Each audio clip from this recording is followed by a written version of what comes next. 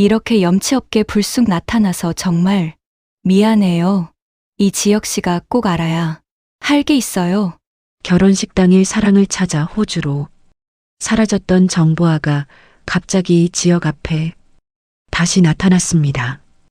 용접일을 하는 서재옥을 따라 잘 살고 있을 줄 알았던 정보아, 왜 하필 지금 그녀가 장례식 직후 모습을 드러낸 걸까요?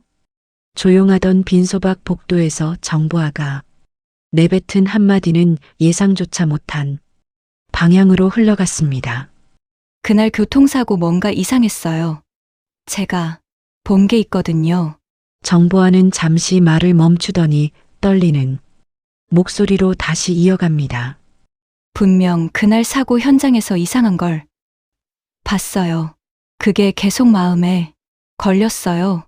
이 지혁 씨에게 꼭 말해야겠다고 생각했어요. 제가 꼴도 보기 싫겠지만 그래도 진실은 알려 드려야 할 것 같아서요. 정보아는 가족의 교통사고가 단순 사고가 아니었다며 누군가가 관여한 흔적이 있다고 말합니다. 과연 그녀가 말하려는 숨겨진 진실은 무엇일까요? 그리고 왜 이제서야 나타난 걸까요? 정보아는 과연 이 지역에게 파혼의 빚을 갚을 수 있을까요? 구독과 좋아요 눌러주세요. 지금부터 진실의 이야기가 시작합니다. 도대체 뭘 알려주겠다는 거예요? 이 지역은 마침내 정보아와 마주했습니다. 그녀 때문에 인생 바닥까지 추락했고 그 절망을 딛고 지금의 AP 대표가 된 남자. 미움과 감사가 동시에 섞인 복잡한 마음. 그래서 그녀가 불쑥 연락해 왔을 때 만나야 할지 외면해야 할지 이 지역은 오래도록 갈등했죠. 하지만 마지막에 남겨진 단 한 줄이 메시지 꼭 알려드릴 게 있어요. 그 문장 때문에 결국 이 자리에 나왔습니다. 이지혁 씨 상심이 얼마나 클지 알아요. 하지만 지금부터 제가 하는 얘기 정말 잘 들어주세요. 알아보느라 시간이 좀 걸렸어요. 정보아는 작게 떨리는 손으로 작은 USB 하나를 내밀었습니다. 그날 한국 들어오던 날이었어요. 아버지 정우영 사장의 병세가 악화됐다는 소식에 호주에서 급히 귀국한 정보와 그날 늦은 저녁 렌트 한 차를 몰며 연인 서재욱과 통화를 하고 있었죠. 재욱 씨, 이제 병원으로 갈 거야. 아버지 상태가 심상치 않대. 그런데 그 순간 옆 차선에서 달리던 검은색 렌터카가 이상하게 보였습니다. 뭐라? 저 차 왜 저러지? 신호를 멈추지 않고 그대로 직진 마주오던 택시와 정면 충돌했습니다. 그 택시 안에는 이 지역의 할머니 조응의 여사 그리고 어머니 김다정이 타고 있었죠. 처음엔 그냥 사고라고 생각했어요. 근데 사고 직후가 이상했어요. 창문이 진하게 태닝된 탓에 얼굴은 잘 안 보였지만 운전자가 내리자마자 어딘가로 전화를 걸더랍니다. 그리고 아주 또렷하게 들린 한 문자 처리했어요.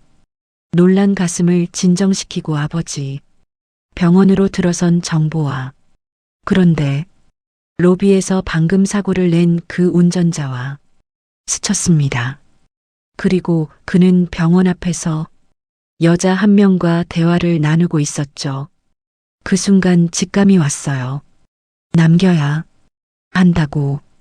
정보아는 몰래 휴대폰을 들어 그 장면을 촬영했습니다.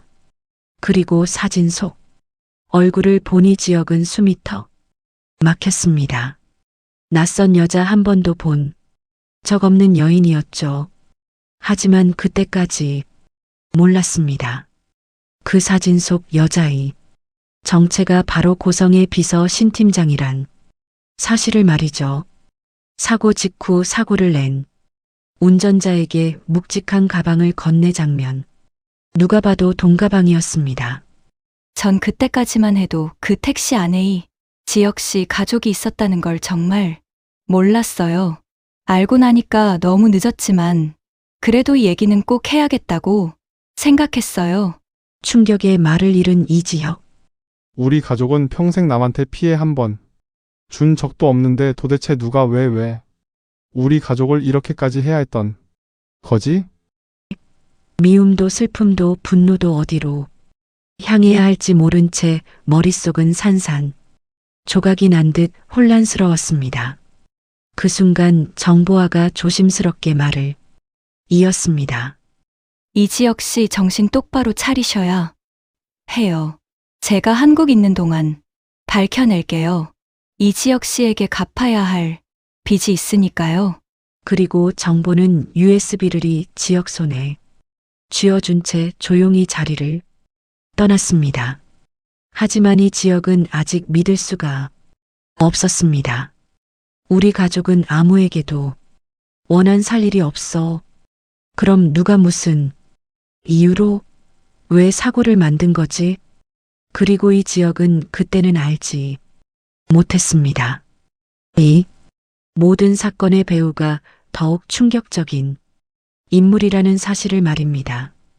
정부와는 교통사고의 결정적인 증거를 찾아야 한다는 생각뿐이었습니다. 단지 진실을 알고 싶어서가 아니었죠. 이지혁 씨에게 난 빚졌어.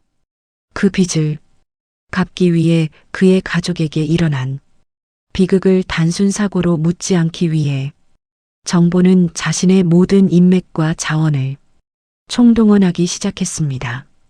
청와대학 병원 아버지 정우영 사장의 병실 문을 열자 그는 오랜 시간 누워있던 몸을 조금 일으키며 말했습니다.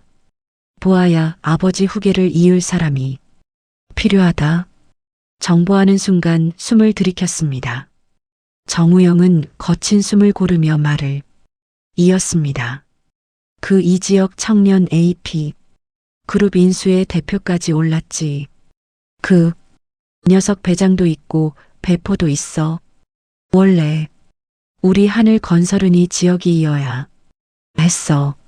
내가 그걸 못 지켜서 이렇게 병이 든 건지도 모르지. 정보하는 마음이 무거워졌습니다. 아버지의 뜻을 거스르며 사랑을 쫓았던 지난날 그 불효가 이 병세에 닿아 있는 것 같아 가슴이 미어졌죠. 그때 아버지가 다시 말했습니다. 보아야, 그 이 지역 청년 다시 후계자로 세우면 안 되겠니? 아버지의 마지막 부탁이다. 정부하는 그 말에 흔들렸습니다. 그렇다면 자신이 할 선택은 단 하나. 이 지역이 원하는 것을 완벽하게 해내는 것. 그의 가족사고 진실을 밝혀내는 것. 정보하는 즉시 자신의 인맥을 동원해 움직였습니다. 그날 사고에 연루된 모든 인물을 가져와 차량 렌터카 회사 당일 병원, 출입 CCTV까지 전부 정부와의 지시가 내려가자 사건에 조각이 하나둘 모이기 시작했습니다. 그리고 마침내 사고를 낸 차주가 잡혀왔습니다. 정보와는 차갑고 단단한 눈빛으로 그 남자 앞에 앉았습니다. 그날 저도 사고 현장에 있었어요. 그리고 당신이 돈을 건네받던 장면도 봤습니다.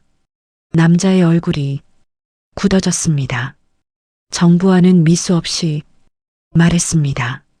지금 제게 진실을 말하면 당신이 받은 돈의 2배를 드리죠. 증거까지 모두 내놓으면 그 금액의 2배 더. 어때요? 진실을 말할 준비가 됐나요? 남자의 입술이 떨렸습니다. 그리고 결국 모든 걸 털어놓았습니다. 저 돈 받고 한 겁니다. 차로들이 받으라고요. 하지만 그렇게 죽을 줄 몰랐어요.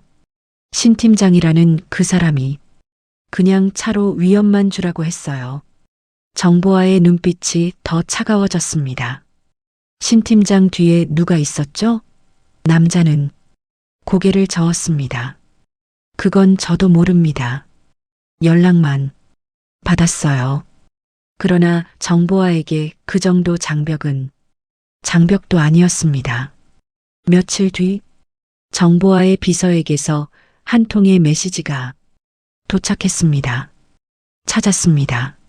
아가씨, 신 팀장이란 사람, 가운데당 고성이 이사장의 비서입니다. 순간 정보화의 표정이 굳었습니다. 가운데당 고성이, 그 이름이 머릿속을 관통하는 순간 퍼즐 조각이 하나둘 맞춰지기 시작했습니다. 고성이 쇼즈 기업이 안주인 권력을 위해서라면 뭐를 가리지 않는 여자 야망을 위해서라면 남이 인생쯤은 서슴없이 짓밟을 수도 있는 사람 정보하는 일을 악물고 속삭했습니다. 고성이 이사장 당신 끝이야. 그리고 모든 증거가 담긴 서류를 들고 이 지역에게로 향했습니다. 한편 고성이는 청와대학 병원으로 향했어요. 간이식을 받고 회복하고 있던 한우진을 보러 가기 위함이었죠. 중환자실에서 겨우 VIP 병실로 옮겨진 그날 병실, 문을 열자 앙상해진 아들이 침대에 기대어 있었습니다. 어때? 살아있으니 행복하지? 그러게 왜 죽겠다고 까불어? 한우진 건강 회복하는 대로 가족들 앞에 인사하자. 고성이의 말투엔 아들에 대한 걱정은 없었죠.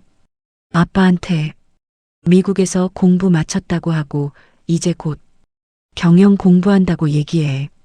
성재가 지금 부사장 자리 꽤 차고 얼마나 까보는지.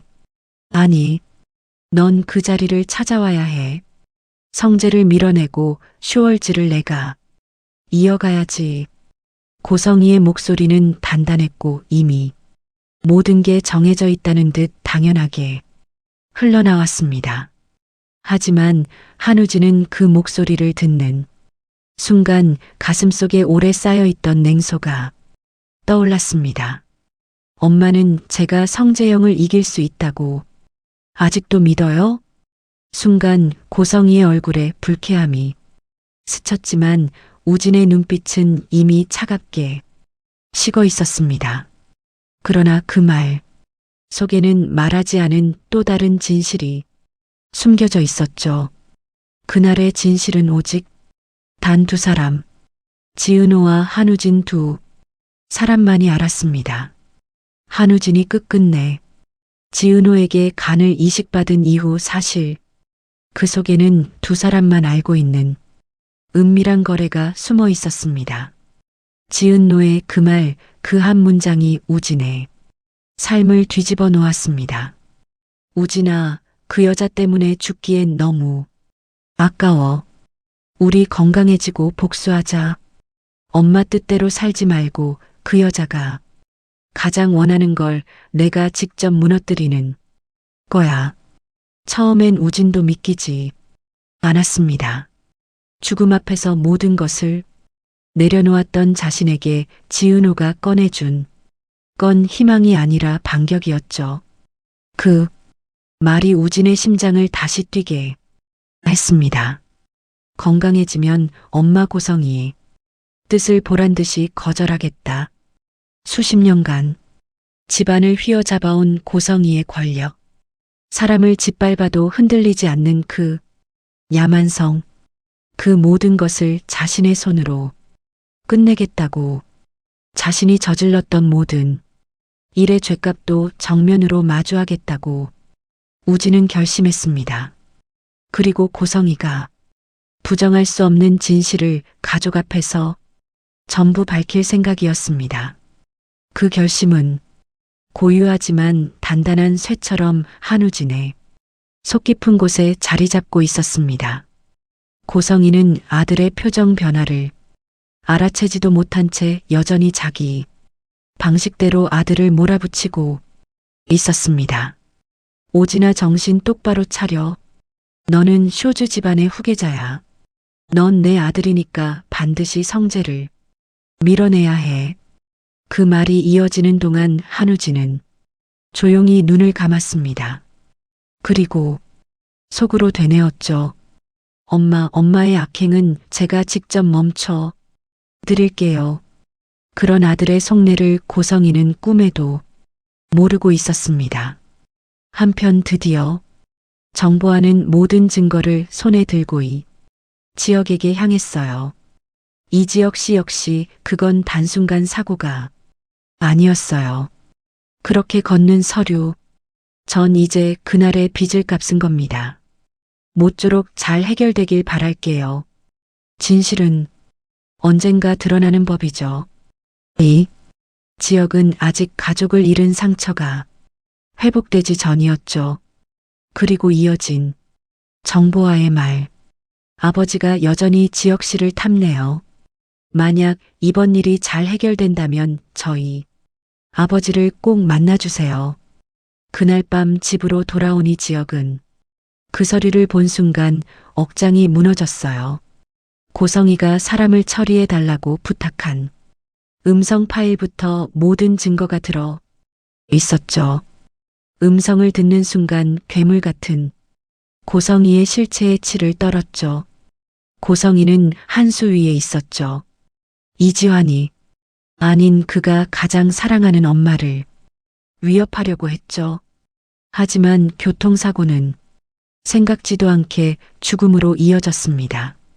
김다정은 중상을 입었지만 너무 놀란 조례 여사는 결국 심장마비로 세상을 떠나게 된 것이죠. 고성이 당신 이제 내가 지옥으로 보내 주겠어.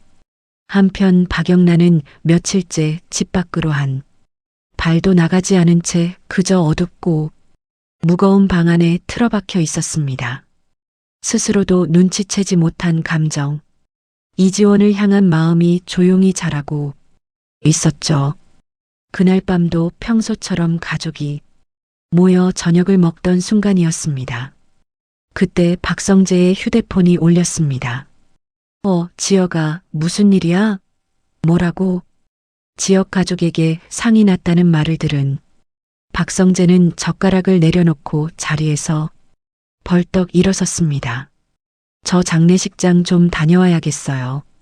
그 말을 들은 박영란은 충격에 빠졌죠. 자신도 오빠를 따라 나서고 싶었죠. 하지만 그 순간 영란은 자리에 얼어붙고 말았습니다. 마음은 당장 뛰어나가고 싶은데 엄마의 눈빛이 너무도 무서웠기 때문이죠. 고성이는 그 표정을 놓치지 않았습니다. 저녁 식사가 끝난 뒤에도 영란은 제대로 숨조차 쉬지 못했습니다.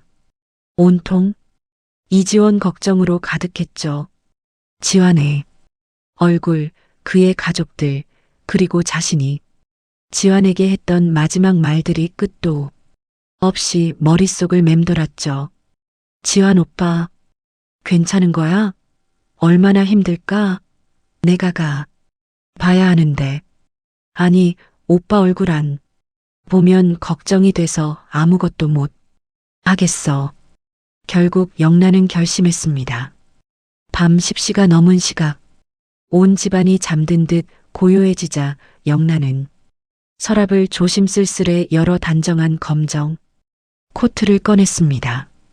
거울 앞에서 깊게 숨을 들이쉬며 머리칼을 매만지고 목도리를 둘렀습니다.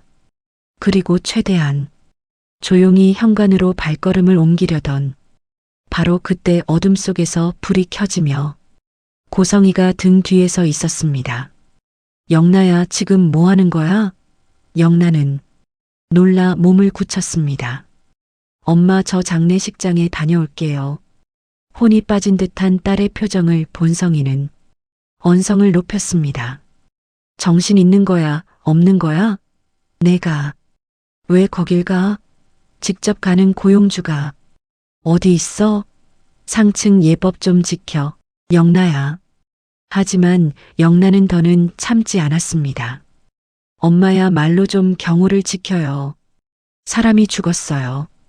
당연히 가 봐야 하는 거 아니에요? 영는 엄마의 팔을 뿌리치고 집을 뛰쳐나갔습니다.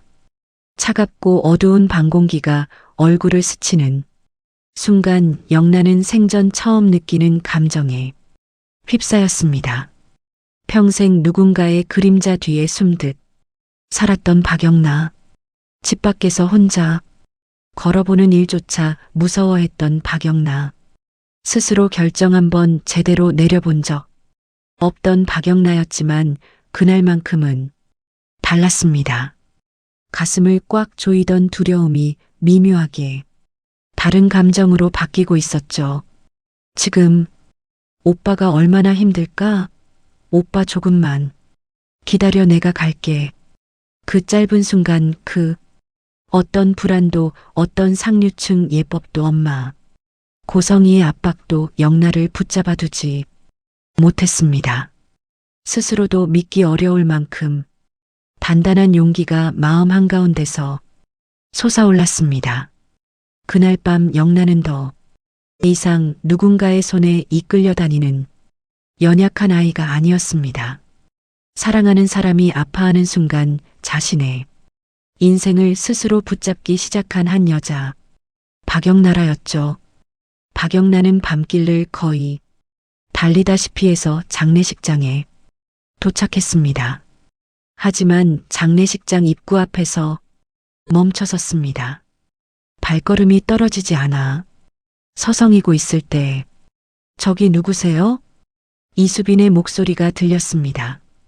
깜짝 놀라 뒤돌아보는 순간 영란은 자신이 얼마나 떨고 있었는지 깨달았죠. 영란은 작은 목소리로 인사를 했습니다. 지원 오빠, 괜찮나요? 그 말을 듣는 순간 장례식장 안쪽에서 누군가가 고개를 들었습니다. 지환은 영란을 보자 조문객 사이에서 천천히 걸어 나왔습니다. 영나야? 그 한마디에 영란은 숨을 들이켜듯 가슴이 아파왔습니다. 지환은 잠시 영나를 바라보다 흐트러진 어깨로 작게 말했습니다. 와줘서 고마워. 그 짧은 말이 영나의 가슴을 완전히 무너뜨렸습니다. 박영란은 이지환의 모습을 보는 순간 심장이 그대로 찢어지는 것 같았습니다. 내가 이 사람을 좋아하는구나. 그 사실을 인정하는데 단 1초도 걸리지 않았습니다. 누군가를 향한 진심이 이렇게 단숨에 드러날 수 있다는 걸 그제야 깨달은 거죠. 지원이 흔들리는 어깨에 붉어진 눈가를 보는 순간 영란은 참을 수 없었습니다. 어떤 반대가 있어도 나는 이제 내 마음대로 살겠다. 엄마 고성이가 뭐라 하든 영란은 처음으로 자신의 감정에 솔직해지기로 다짐했습니다. 하지만 그때까지는 몰랐습니다. 이 모든 사고의 시작이 바로 자신 때문이었다는 사실을 시간은 며칠 전으로 거슬러 올라갑니다. 박영나가 이지환에게 차갑게 돌아서던 그날이었죠. 박영나는 이지환에게 차키를 반납시키고 집 안으로 들어갔습니다. 문이 닫히는 순간 영나는 더 이상 숨을 참을 수 없었습니다. 방으로 들어가 문을 잠그고 마치 숨이 멎은 사람처럼 바닥에 주저앉았죠. 그날 밤 영나는 내내 오열했습니다. 문 밖에서는 고성이의 목소리가 계속 이어졌습니다. 영나야, 정신 좀 차려. 그렇게 계속 울면 얼굴이 얼마나 붓는 줄 아. 한유 그룹에서 결혼 날짜 재촉하는 건 모르니? 약속한 대로 2달 안에 잡아야지. 하지만 영나는 더는 예전의 영나가 아니었습니다.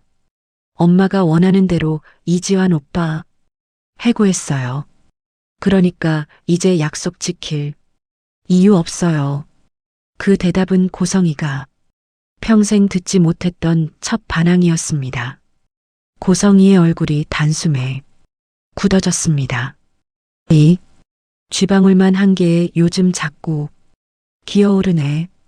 늘 순종적이던 딸 영나가 자기 뜻을 어기 시작했다는 사실이 고성이에게는 참기 힘든 모욕이었습니다. 그리고 고성이는 딸 영나가 흔들리게 된 원인을 정확히 알고 있었죠. 이지환 그 남자 때문에 영나가 변하고 있었고 자신의 통제가 조금씩 깨져나가고 있었습니다. 이 사실은 고성이를 파국으로 몰아갔습니다. 이 기사가 문제였어. 이 기사 겁 좀 줘야겠네. 고성이는 이를 갈았습니다. 너들 한 큐에 끝내줄게. 성희의 눈빛은 더 이상 걷잡을 수 없는 사람이 되어 있었습니다. 고성이는 어둡고 조용한 서재로 들어가 어디론가 전화를 걸었습니다. 파인드, 탐정사무소, 주저함은 단 1초도 없었습니다. 전화를 걸자마자 목소리는 이미 결론을 내린 듯 차갑고 단호했습니다. 사람 하나 처리해줘요. 그리고 전화를 끊으며 고성이의 입가에 섬뜩한 미소가 떠올랐습니다. 어디 감히 우리 집안을 넘봐? 잡초는 애초부터 싹 잘라야지. 그날 밤 누군가의 인생의 고성이로 인해 돌이킬 수 없는 비극으로 향하고 있었습니다. 며칠 뒤 고성이는 한우진을 데리고 집으로 돌아왔습니다. 얼굴빛도 한결 좋아진 우진은 전보다 분명 건강해 보였죠. 현관문을 열며 고성이는 전리품을 자랑하듯 말했습니다. 우리 우진이가 드디어 미국 생활 졸업하고 한국에 왔어요. 당분간은 시차 적응도 하고 경영 공부도 다시 시작할 거예요. 우진은 억지로 입가를 올려 아버지 박진식에게 인사했습니다. 아버지 저 왔어요. 아무것도 모르는 박진석은 늘 그렇듯 따뜻하게 웃었죠. 그래 우진아 들어오니 좋구나. 그러나 박영란은 우진이 간이식을 받았다는 사실을 알고 있었습니다. 그런 오빠가 이렇게 했어 미소 짓는 모습이 안쓰럽고 마음이 아렸죠. 우진이 잠시 숨을 고르더니 차분하지만 단단하게 입을 열었습니다. 아버지 드릴 말씀이 있어요. 고성이의 얼굴이 굳었습니다. 예감이 좋지 않은 눈빛이었죠. 우진의 다음 말은 거실 전체를 얼어붙게 만들었습니다. 저 여기서 살 생각 없습니다. 박진석의 손에서 들고 있던 컵이 덜컹. 무슨 소리냐? 독립이라도 하겠다는 뜻이냐? 그런데 우진은 고개를 저었습니다. 아니요. 전이 집에 있을 사람이 아닙니다. 고성이가 숨을 삼켰습니다. 우진아. 하지만 우진은 어머니 고성이를 향하지 않고 오직 아버지만 바라본 채 나지막이 말을 이어갔습니다. 아버지, 전 26년 동안 어머니의 등살에 못 이겨 여기까지 끌려온 사람입니다. 가족들을 속이면서까지요. 거실의 공기가 점점 무거워졌습니다. 우진은 마침내 가족에게 숨겨왔던 진실을 폭로했습니다. 저 최근에 간이식 수술을 받았어요. 그리고 그 공여자가 어머니가 26년 전 보육원에 버린 제 쌍둥이 동생이에요. 순간 박진식의 얼굴이 사색이 됐습니다. 뭐라고? 쌍둥이 동생이라니 그게 무슨 소리야? 우진은 한치의 흔들림도 없이 말했습니다. 전 앞으로 평생 속죄하는 마음으로 그 보육원과 아이들을 돕는 삶을 살 겁니다. 그리고 어머니의 진실을 이제는 모두 알아야 할 때라고 생각해요. 고성이가 당황의 말을 막았습니다. 한우진 너 그 입 닥치지 못해? 기껏 살려놨더니 무슨 궤변을 늘어놓는 거야? 하지만 우진은 더 크게 말했습니다. 아버지, 어머니는 아버지가 아시는 그런 사람이 아닙니다. 어머니는 평생을 거짓으로 살았고 권력과 야망을 위해서라면 사람 목숨도 아무렇지 않게 여기는 그런 사람입니다. 바로 그때 현관문이 조용히 열렸습니다. 모두가 고개를 돌린 순간 두 남자가 들어왔습니다. 이 지역 그리고 그의 뒤를 따르는 박성재, 이지혁의 눈빛은 이미 결론을 내려놓은 사람의 눈빛이었습니다. 고성이 당신 이제 끝났어. 고성이의 얼굴에서 피가 사라졌습니다. 지혁은 조용히 서류 뭉치를 꺼냈습니다. 거기에는 차고 가담 운전자의 자백, 신 팀장의 진술, 계좌 흐름, 고성이의 비밀 지시 내역이 모두 담겨 있었습니다. 박진식은 서류를 넘길수록 손이 떨리고 얼굴이 붉어졌습니다. 고성이 이게 다 진실이야? 고성이는 괴성을 지르듯 말했습니다. 모함이에요? 박진식의 분노가 폭발했습니다. 당장 내 집에서 꺼져. 감히 나를 속여. 고성이는 발을 헛디며 뒤로 물러났습니다. 그 순간 현관에서 경찰이 들어왔습니다. 가원재단 고성의 시 업무상 배임, 교통사고 조작 증거인멸 및 사주 혐의로 체포합니다. 고성이는 울부짖었습니다. 나를 건드리면 당신들 다 끝장나. 나는 가원재단 이사장이야. 하지만 경찰의 손목은 단단했습니다. 고성이가 끌려나가는 동안 모두의 시선은 얼어붙어 있었습니다. 마침내 26년간 쌓여온 고성이의 악행이 스스로의 무게에 짓눌려 무너져 내리고 있었죠. 늦었지만 정보아는 마침내 자신이 지켜야 했던 빚을 갚았습니다. 외면하고 떠났던 시간들까지도 이제는 누군가를 살리고 진실을 바로 세우는 힘이 되었죠. 한우진 역시 평생 놀러왔던 양심에 무게를 내려놓았습니다. 어머니의 그림자 아래 숨 죽여 살던 그는 처음으로 자신의 목소리로 죄와 진실을 고백했고 그 고백은 누군가에게는 상처였지만 또 다른 누군가에게는 치유의 시작이었습니다. 박영란은 누구의 딸도 누구의 도구도 아닌 온전한 나로서 처음으로 자신의 삶을 선택했습니다. 작은 용기였지만 그 변화는 어둠 속에 물결을 일으키기 시작했죠. 어쩌면 세상은 이렇게 조금씩 누군가의 진심과 고백 그리고 한 사람의 선택으로 빛 쪽으로 흘러가는 건지도 모릅니다. 그래서 우리는 믿어봅니다. 늦게라도 도착한 진심이 마침내 모든 상처를 제자리로 돌려 놓을 수 있다는 것을요. 오늘 이야기는 여기까지입니다. 영상이 마음에 드셨다면 좋아요, 구독과 알림, 설정도 부탁드립니다. 여러분의 작은 응원 하나가 다음 이야기를 만드는 큰 힘이 됩니다. 오늘도 함께 해주셔서 진심으로 고맙습니다.